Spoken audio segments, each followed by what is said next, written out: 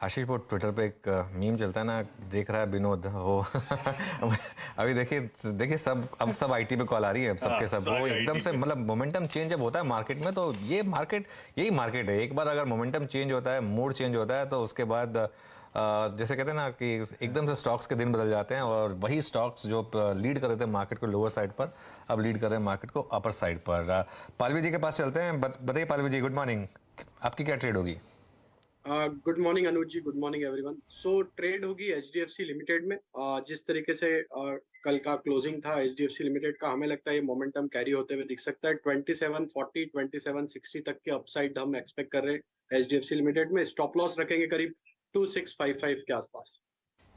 कल HDFC twins ने बहुत मदद करी बाजार की, एचडीएफसी लिमिटेड, एचडीएफसी बैंक, और आज ध्यान रखिए खबरों में भी है, आज वो merger related share holders meet है। 75% शेयर होल्डर्स अप्रूव करेंगे तो वापस एनसीएलटी के पास, एनसीएलटी की मंजूरी के बाद फिर आरबीआई और सेबी की मंजूरी, तो मर्जर के कल्मिनेशन की तरफ हम बढ़ते हुए जा रहे हैं। और उस बीच अच्छा मोमेंटम, अच्छी तेजी इन स्टॉक्स में। एचडीएफसी लिमिटेड, पालविया साहब का आज का प्रेफर्ड ट्रेड। बहेती साहब गुड मॉर्निंग। बहेती साहब, आज रडार पे क्या है? Good morning Ashish ji. Radar में तो आईटी ही था। ये हमने इन्फोसिस था, ये हमने वेडनेसडे शो में भी डिस्कस किया था, और उसके टारगेट जरूर मेट हुए, बट हमें लगता है कि उसमें अभी भी बने रहना चाहिए।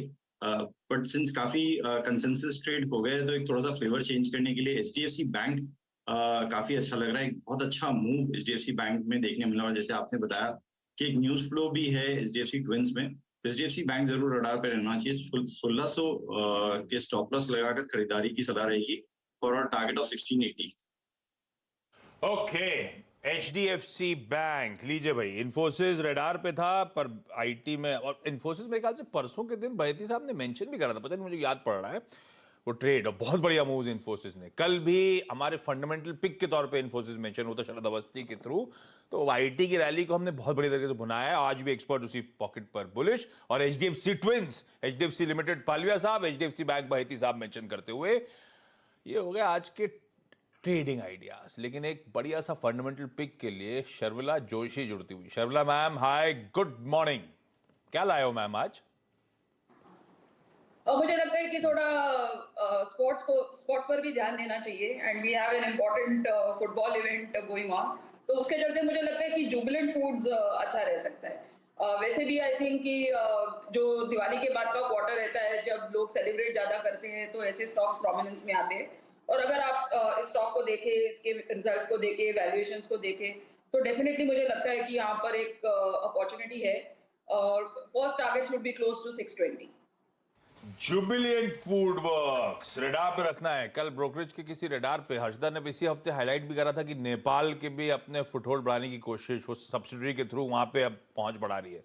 तो इंडियन सब कॉन्टिनेंट का इनके पास राइट्स हैं। इंडिया में, बांग्लादेश में, श्रीलंका में ऑलरेडी प्रेजेंट थे, नेपाल में फुटहोल्ड बढ़ाने की कोशिश। जुबिलेंट फूड वर्क्स के रडार पे शर्मिला मैम की एक फंडामेंटल पिक, यानी कि इन लेवल्स पे एक्यूमुलेट किया जा सकता है। सारे टॉप कॉल्स क्विकली स्क्रीन पर आएंगे, नोट डाउन कर लीजिए, चाहे तो स्क्रीनशॉट ले लीजिए। गाबा सर कह रहे हैं एचसीएल टेक्नोलॉजीज खरीदने का मौका, 1150 की कर रहा है तैयारी। आज वैसे ज्यादातर आईटी का ही तड़का है। मानस कह रहे हैं बिरला सॉफ्ट लॉन्ग कीजिए 310 के टारगेट्स के लिए।